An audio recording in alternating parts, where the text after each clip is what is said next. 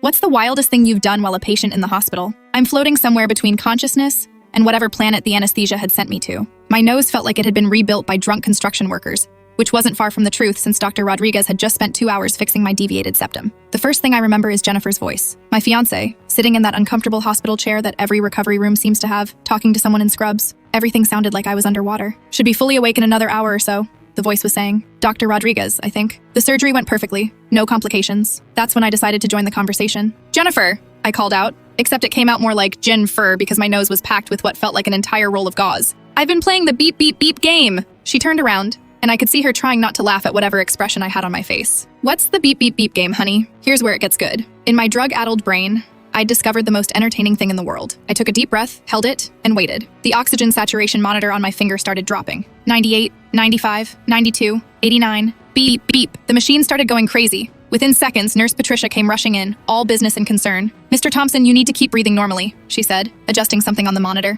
Deep, steady breaths. I started breathing again, grinning like an idiot. See? Beep, beep, beep game. Jennifer stared at me. Dr. Rodriguez stared at me. Nurse Patricia definitely stared at me. Mike, are you holding your breath on purpose? Jennifer asked. It's a game, I explained, as if this was the most obvious thing in the world. Watch this. I held my breath again. Sure enough, 30 seconds later, beep, beep, beep, beep, beep. This time Nurse Patricia came in with backup. Nurse James, this big guy who looked like he could bench press the entire hospital, walked in shaking his head. Mr. Thompson, we talked about this, he said. Apparently this wasn't my first round of beep, beep, beep game. You're making us think something's wrong. But something is wrong, I said seriously. I keep forgetting to breathe. Good thing you guys remind me. Jennifer was recording this on her phone by now. I found out later she sent the video to my entire family. My mom still brings it up at dinner parties. The thing is, in my anesthesia-soaked brain, I genuinely thought I was being helpful, like I was participating in some important medical monitoring system. Every time the alarm went off, I felt accomplished. Look at me working with the hospital staff to ensure proper oxygen levels. Dr. Rodriguez tried explaining that the monitor was just for safety, that I didn't need to actively manage my breathing. But I was way too far gone to process complex medical concepts. Doc, what if I forget? I asked him.